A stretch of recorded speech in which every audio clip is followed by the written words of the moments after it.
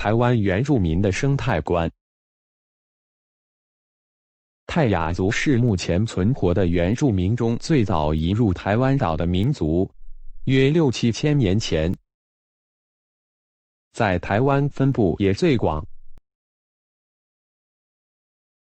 传统上，不使用枪支的猎人必须是一位知识渊博且技术精湛的生态学家，因为他不仅了解动物，而且了解植物。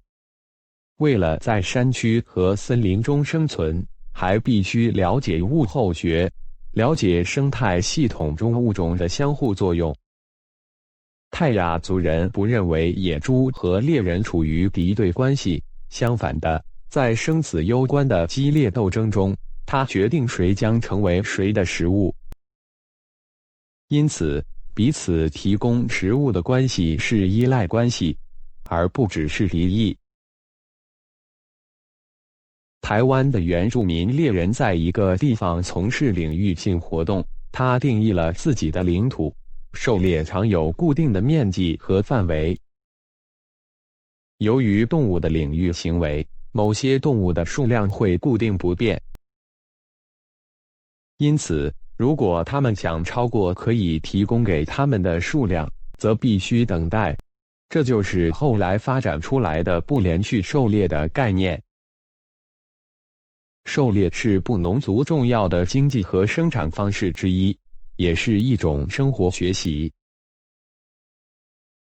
他们上山打猎，除了从动物肉中获取蛋白质外，也在探索生命的意义和精神价值。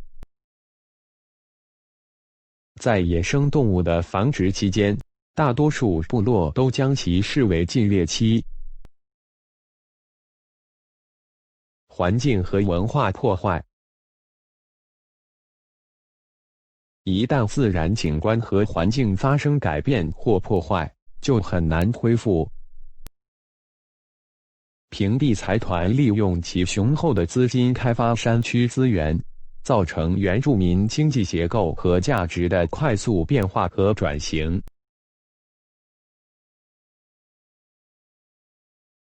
政府无视原住民的平等权益，造成原住民对政府的不信任，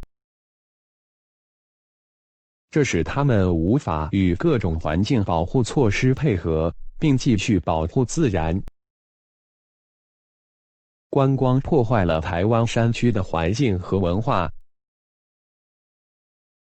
随着将观光引入居民区，民俗风气日趋恶化，土地因而流失，文化因而商业化。台湾有9个国家公园，其中有3个在原住民地区。这些国家公园破坏了原住民的生活。国家公园是美国的产物。受荒野概念错误的影响，人们错误地认为人类只是荒野的访客，忽略了住在其中很长一段时间的原住民的存在。台湾也是如此。环境保护和文化保护。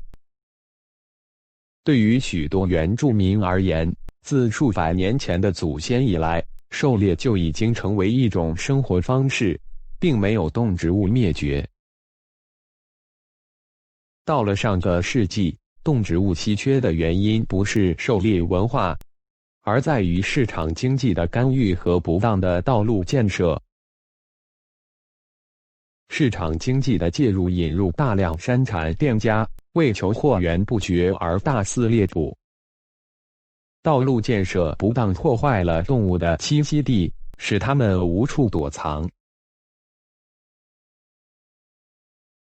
生物灭绝的危机不应由原住民承担，而是要重新思考开发对山区和森林的影响。问题：为什么台湾原住民自古就间隔着打猎呢？请选择正确的结束画面。